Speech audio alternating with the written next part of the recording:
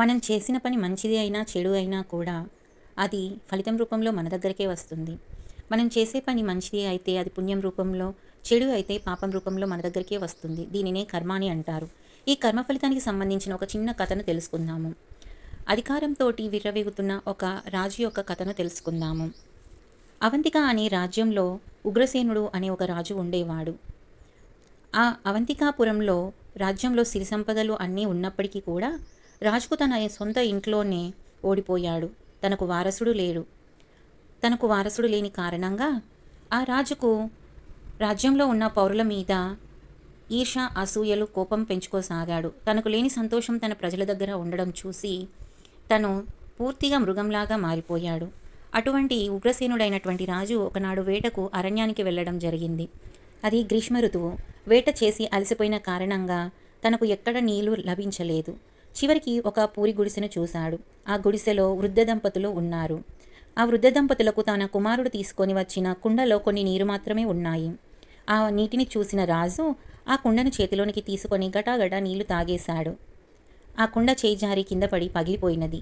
ఆ శబ్దంనకు గుడిసెలో నుంచి ముసలివాడు బయటకు వచ్చి ఎవరు అని అడిగినారు. నేను ఈ మాకు కన్నులు కనబడవు, అందుచేతనే మా కొడుకు ఈ కుండలో నీరు తీసుకొచ్చి ఇక్కడ పెట్టి వెళ్ళినాడు. మాకు దాహంగా ఉన్నది. ఇప్పుడు ఆ కుండ పగిలిపోయినది. మాకు నీరు ఎలా లభిస్తుంది? మహారాజా, మాకు నీరు ఇచ్చి ప్రాణం కాపాడండి అని ఆ వృద్ధ దంపతులు ఇద్దరూ కూడా రాజును ప్రాధేయపడినాడు. కానీ రాజు అహంకారంతో వారికి మెడలోని బంగారు ఆభరణాన్ని పడవేసి ఈ బంగారు ఆభరణం తీసుకొనము అని చెప్పి వెళ్ళిపోబోతున్నాడు. ఆ వృద్ధ దంపతులు తమ దాహానికి తమ ప్రాణం పోతుందని ఆ రాజుకు ఒక శాపాన్ని ఇచ్చారు. నీకు తప్పక ఈ దాహం విలువ తెలుస్తుంది. దాహం కోసం చివరి నీటి చుక్క బొట్టు వరకు నువ్వు వెతకడం జరుగుతుంది. నీకు పుత్రశోకం అంటే ఏమిటో తెలుస్తుంది అని ఆ రాజును శపించడం జరిగింది. అయినా రాజు అవేమీ పట్టించుకోకుండా అడవి దాటి తన రాజ్యానికి వచ్చేశాడు. ఇలా సంవత్సరాలు గడిచిపోయినది. 10 సంవత్సరముల తర్వాత రాణి ఒక మగబిడ్డకు జన్మనిచ్చింది. రాజు తనకి ఆదిత్యవర్మ అని పేరు పెట్టుకున్నాడు. ఆదిత్యవర్మకు 12 సంవత్సరాలు. తనకి అంతుచిక్కని వ్యాధి వచ్చింది. వైద్యులు అతనిని పరీక్షించి, ఇది అగ్నితృష్ణ అనే వ్యాధి మహారాజా. దాహం విపరీతంగా వేస్తుంది.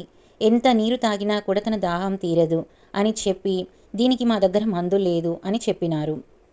తన కొడుకు నీటి కోసం అలమటించడము చూసి ఆ రాజుకు గతంలో జరిగిన సంఘటన గుర్తుకు వచ్చినది. ఆ వృద్ధ దంపతులు ఇచ్చిన శాపం గుర్తుకు వచ్చినది. ఆ వైద్యులు నీలగిరి పర్వతాలపైన సంజీవని సరస్సులోని నీరు కావాలి, ఆ నీరు తెస్తేనే అతని దాహం తీరుతుంది అని చెప్పినారు. ఉగ్రసేనుడు ఇది ఎంతటి అసాధ్యమైన పని అయినా నేను తప్పక సాధించుకువస్తానని వెళ్ళాడు. అలా నీలగిరి పర్వతానికి చేరుకున్నాడు. ఆ నది దాటాలంటే ఆ పడవలో వెళ్ళాలి. అందులో ఒక ముసలి నావికుడు ఉన్నాడు. లే, నన్ను అవతలి ఒడ్డుకు చేర్చు అని అన్నాడు. ఆ నావికుడు, రాజా, ఈ నది సామాన్యమైనది కాదు. ఇది దాటాలంటే పాపభారం తగ్గాలి. నువ్వు గతంలో చేసిన పాపాలన్నింటినీ చెప్పాలి అని చెప్పడం జరిగినది. అప్పుడు మహారాజు ఆ వృద్ధ దంపతులకు చేసిన అన్యాయాన్ని మొత్తం ఆ నావికునికి చెప్పడం జరిగింది. అధికారం మత్తులో ఆ వృద్ధ దంపతులు దాహంతో చనిపోయారు. ఆ నావికుడు తను చిన్నగా నవ్వి ఆ నది దాటించాడు. ఉగ్రసేనుడు కలశంలోని నీటిని తీసుకున్నాడు. ఆ నావికుడు సరస్సు మధ్యలో పడవను ఆపి, మహారాజా, నన్ను చూసావా, గుర్తుపట్టావా? నేను ఎవరు అనుకుంటున్నావు? ఆ రోజు ఆ వృద్ధ దంపతుల కొడుకుని నేనే. నా తల్లిదండ్రులు నా చేతుల్లో మరణించారు. చనిపోయే ముందు మీ గురించి చెప్పి చనిపోయారు. ఇన్ని రోజులు ఈ సమయం కోసం ఎదురు చూస్తున్నాను మహారాజా. ఇప్పుడు నేను ఈ పడవను ఈ మధ్యలో ఆపినట్లయితే నువ్వు నీ కుమారునికి ఈ కలశంలోని నీటిని తాగించలేవు. ఈ నీటిని తాగించకపోతే నీ కుమారుడు దాహంతో అలమటించి మరణిస్తాడు. ఇప్పుడు తెలిసిందా దాహం గురించి? నా తల్లిదండ్రులు ఆ రోజు ఎంత ప్రాధేయపడినా కూడా నీవు వారికి చుక్క నీరు ఇవ్వలేదు. అప్పుడు రాజు ఆ నావికుని కాళ్ళపైన పడినాడు. నావికుడు గర్వంతో విర్రవీగిన రాజు తన కాళ్ళపైన పడడం చూసి చెలించిపోయాడు. ప్రాణం కాపాడడంలోనే నిజమైన సంతృప్తి ఉంది. నీవు చేసిన తప్పును నేను చేయదలుచుకోలేదు. నా తల్లిదండ్రులు నాకు ధర్మ మార్గాన్ని నేర్పారు. ఉగ్రసేనుడు తన కొడుకు నోటిలో ఆ నీటిని పోసి తన కుమారుణ్ణి రక్షించుకున్నాడు. తరువాత ఆ నావికుని కోసం రాజ్యమంతా వెతికించాడు. కానీ ఆ నావికుడు ఎక్కడ కనబడలేదు.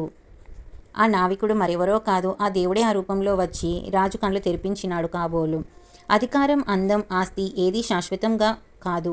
ఎవరిని బాధించకూడదు. తిరిగి అది మన దగ్గరికే వస్తుంది. ఉగ్రసేనుడు తన చేసిన తప్పుకు పశ్చాత్తాపపడి రాజ్యంలో చెరువులు తవ్వించాడు. ఎన్నో మంచి పనులు చేశాడు.